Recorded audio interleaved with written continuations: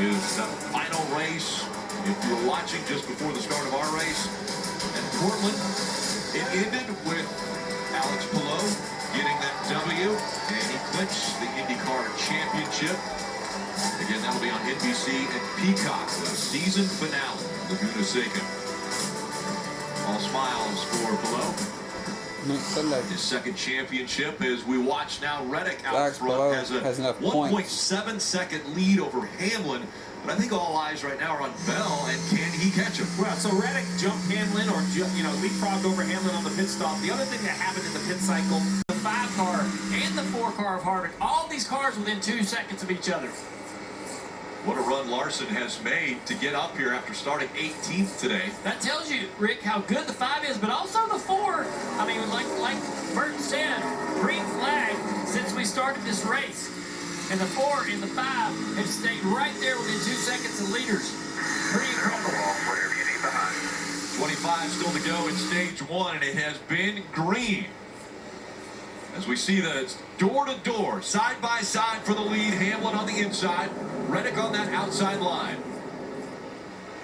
And outside 1 and 2 is a good place to race, man. Reddick's going to let him have it. Smart move.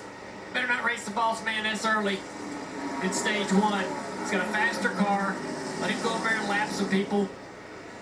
Keep that 45 car out of the fence and in the top 3 or top 5 at least. McDowell now a lap down. He's running 24th. Suarez is the next car on the lead lap that could go a lap down, running in the 23rd position. Yeah, we saw Logano. We saw him get in the wall. It didn't look like much contact, but he does not have the speed he had before. You know, the leaders ran 30, were running 32 flats. It's aimed sideways, so it's very loose. Now, I don't know if the contact made the car loose or if he was loose and that's why he had the contact, but this car does not have the speed before he hit the wall.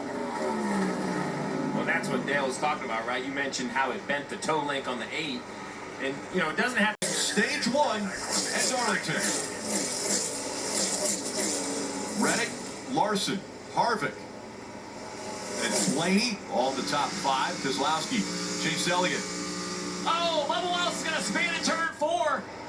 Around he goes before the caution comes out, and now the caution is out at the end of stage 1 and for the 23 of Bubba Wallace. Bubba was on the inside of the 22 car. Logano slides up into the left rear quarter panel of the 22 Pennzoil machine. Contact right there. Brings the 23 around. Caution comes out at the end of stage 1 after Denny Hamlin gets the win.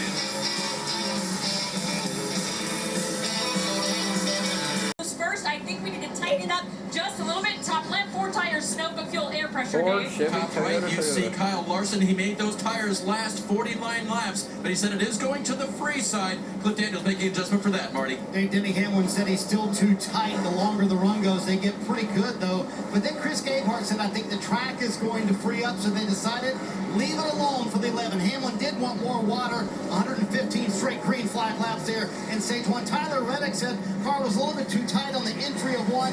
Loser longer they ran. The 20 car, Christopher Bell here on pit road said he got on the marbles. That's what made him hit the wall. And the 20 loses a few spots on that stop, Rick.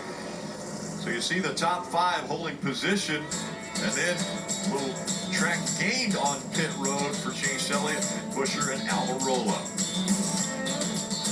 At Darlington, Denny Hamlin controls the field down into turn 1. Larson right there on the outside.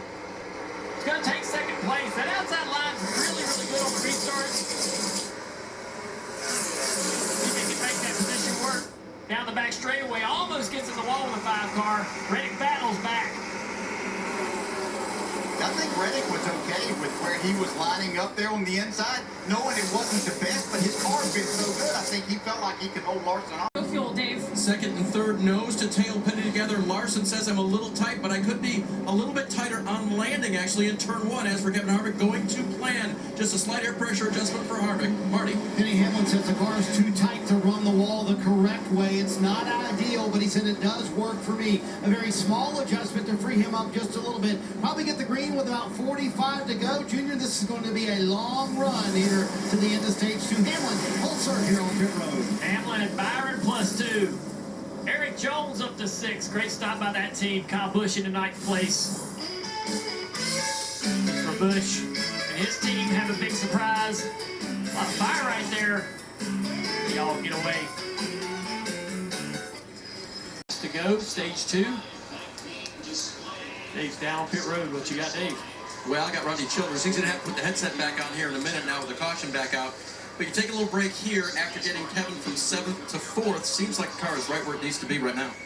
Yeah, so far it's been really good. Everybody's been doing a really good job on this smoke going forward. And, you know, just happy to be up there contending right now. This has been a really good racetrack for us. And we put a lot of work into this, and hopefully we can, you know, finish this night out. There's a lot of guys having issues and stuff, and that's what we need to do is have a nice, clean race. So hopefully we can stay in contention, have a shot at winning there at the end, and just stay after it.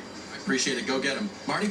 Dave, let's talk about one of the more impressive runs of the night. Kyle Busch from 35th to 9th. Randall Burnett, you ever seen a halftime break in the middle of the Southern 500? No, but it's kind of nice to have one, I guess. I guess they got the lights going down there. We'll see how that goes. But yeah, we've been slowly making our way forward. Still need a little bit of speed in our number 8 McLaren Chevy Camaro. Kyle's been doing a great job all night. Nice and patient and steady, and just kind of been picking them off one by one. Pit crew's got us some too as well. So everybody's doing their part. We just got a few more to go to get up there and try to battle for this win. Kim is. Or is this a good reset, catch your breath, and what does Ryan need in the second half? Yeah, I think it was timed pretty well. It's right about the halfway point in the race. So yeah, I think everybody will kind of grab the, reset and have a nice little 40-lap run. That is Jonathan Hassler, crew chief for. You're the only guy out there doing that at high entry to turn 1. And he didn't want to talk about it. He didn't have, no one else knew about it. He didn't want to really sort of broadcast what he was trying to do there and why that was better. But for whatever reason, you get down into the corner and you're to the wall sooner, so you're to the gas sooner. You make this part of the turn a little faster, you're back to the gas, and if your car's good enough, you can stay committed to the exit and then run down that back straightaway. Let me ask you a question. Denny's won here in every type of car he's ever driven.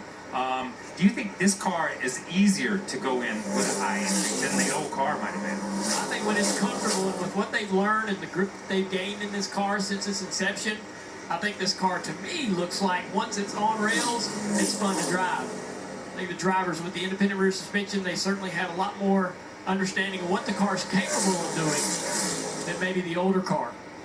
Hamlin and Larson are equal winning cars. More difficult to understand where the now caution comes out. BJ McLeod stopped on the back of the track. 14 to go here, Junior, in stage 2. It blew up. See BJ trying to get undone here to be able to climb out of this car. Looks like some sort of a drive line failure. See here, BJ McLeod down on the inside of the racetrack. Smart, having issues, get out of the groove, get off the racetrack, down on the apron. This is a big break for one of our playoff contenders. So he was able to maintain that track position over Truex, over Christopher Bell. Neither one of those were able to get around Stenhouse. Stenhouse will get back on the Larson in second place there. He said the car's gone just a little bit freer. Check it out. I'll be judging fastly and fiercely. Time. And I'll be judging you personally. Hot Wheels Ultimate Challenge. New to US.